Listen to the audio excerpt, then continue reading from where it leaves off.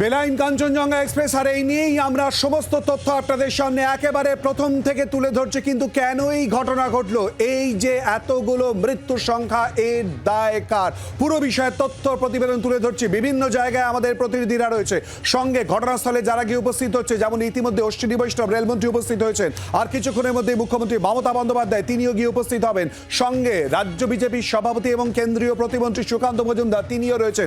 সমস্ত আপডেটের দিকে অবশ্যই করে আমরা নজর রাখবো। কিন্তু তারই সঙ্গে ইতিমধ্যেই যেটা জানা যাচ্ছে, Shankar Mohan Das, assistant loco pilot, তার এই ঘটনায় মৃত্যু হয়েছে। তার বাড়ির ঠিক সামনেই রয়েছে আমাদের প্রতিনিধি রণয়। প্রথমেই চলে যাব রণয়ের কাছে।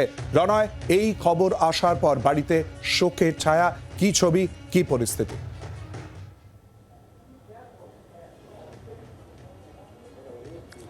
দেখো শিলাদিত্য, যেখানে আমি রয়েছি সেটা হচ্ছে ফুলবাগান থানা এলাকার ক্যানেল সার্কুলার রোড। সামনে যে বহুতল দেখা যাচ্ছে, এই বহুতলের ফার্স্ট ফ্লোরেই শঙ্কর মোহন দাসের বাড়ি।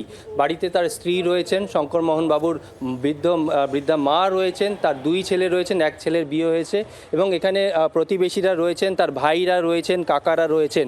এবং এই খবর পাওয়ার পরেই কিন্তু এলাকায় রীতিমতো শোকের ছায়া নেমে পড়েছে। কারণ এলাকার সূত্রে এবং তার পরিবার সূত্রে যেটা জানা যাচ্ছে, গতকাল সকাল 5টা সাড়ে 5টা নাগাদ বাড়ি থেকে তিনি বেরিয়ে যান। এরপর 6:30টায় তিনি ডিউটি জয়েন করেন। এখানে শঙ্কর মোহন বাবুর ভাই রয়েছে, তার সঙ্গে কথা বলবো।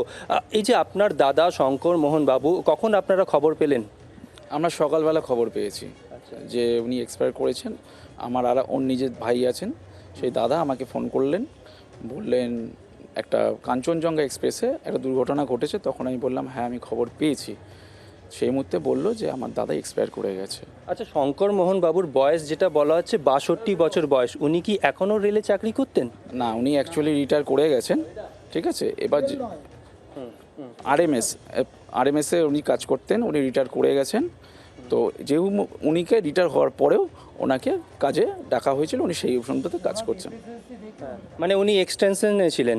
এখানে আরও রয়েছে তার কাকারা রয়েছে, তাদের সঙ্গেও কথা বলবো। আর গতকাল কখন বাড়ি থেকে তিনি বেরিয়েছিলেন? তো ভোরবেলা বেরিয়েছে, 5:30 সাড়ে 5টা বেরিয়েছে। আচ্ছা, ওনার কাজটা কি ছিল মূলত? কাজটা এখানে পার্সেল ওই চিঠিপত্র সব নিয়ে যায় ট্রেনে, নিয়ে শিলিগুড়িতে দিয়ে দেয়। আবার শিলিগুড়ি থেকে যাওয়া হয় কলকাতা নিয়ে আসে। আরএমএসের ওটা রেল এমএস সার্ভিস, এটা হচ্ছে পোস্টালেরই একটা অংশ। আচ্ছা, সেই ডিপার্টমেন্টের আচ্ছা, রেলেতে ওদের একটা বগি আছে পার্সেল বলে, ওই বগিতে ওরা যাতায়াত করে।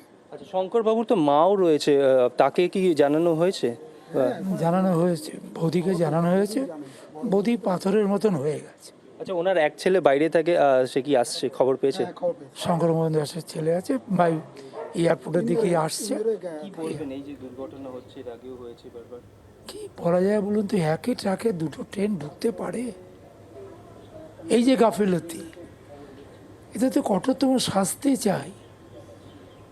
ওই আর যারা সিগন্যালে আছেন, তারা যদি এইভাবে তাদের নেগলিজেন্সি অফ ওয়ার্ক, এ তো মেনে নেওয়া যায় না। আমি প্রাক্তন ভারতীয় সামরিক বাহিনী কর্মচারী, আমাদের হলেও সঙ্গে সঙ্গে এনকাউন্টার ওকে করা হতো। এ তো সিভিল, কোনো তো বিচার নেই। তদন্ত কমিটি বসবে, তার রিপোর্ট আপনারা কেউ পাবেন। সব দাপা যাওয়া করে গেল তো আমাদের বাড়ির বড় ছেলে, আমাদের বড় ভাইপো। আমরা 3 ভাই আছি, আমাদের পরে ওরই তো স্থান সমস্ত আমাদের সংসারটাকে চালানো। এই রিসেন্টলি 28 তারিখে আমার ছেলের বিয়ে ছিল, আমার ভাইপো ওখানে ছিল ফার্স্ট ক্লাস। ঠিক, একদমই তুমি শুনতে পাচ্ছ শিলাদিত্য, পরিবারের সদস্যরা কিন্তু রীতিমতো ভেঙে পড়েছেন এবং তারা বলছেন যে এই দুর্ঘটনার দায় কার, কিসের জন্য বারবার এই দুর্ঘটনা ঘটছে, এবং কড়া শাস্তি চাই, কঠোর শাস্তি চাই, এই দাবি তুলছেন পরিবারের সদস্যরা। আমি তোমাকে আরেকবার ছবিটা দেখাবো, বহুতলের ছবিটা দেখাবো। একেবারে রণয়, এই মুহূর্তে তুলে ধরছে Shankar Mohan Das, assistant loco pilot, যার এই ঘটনায় মৃত্যু হয়েছে। এবং পরিবারের লোকের বক্তব্য, খুব স্বাভাবিকভাবে এই ঘটনায় রীতিমতো হতাশ, কান্নায় ভেঙে পড়েছেন পরিবার। কিন্তু প্রশ্ন তারাও তুলছেন, কেন এই ঘটনা, দায় কার? বাংলার আওয়াজ, বাঙালির আবেগ, জি 24 ঘন্টা।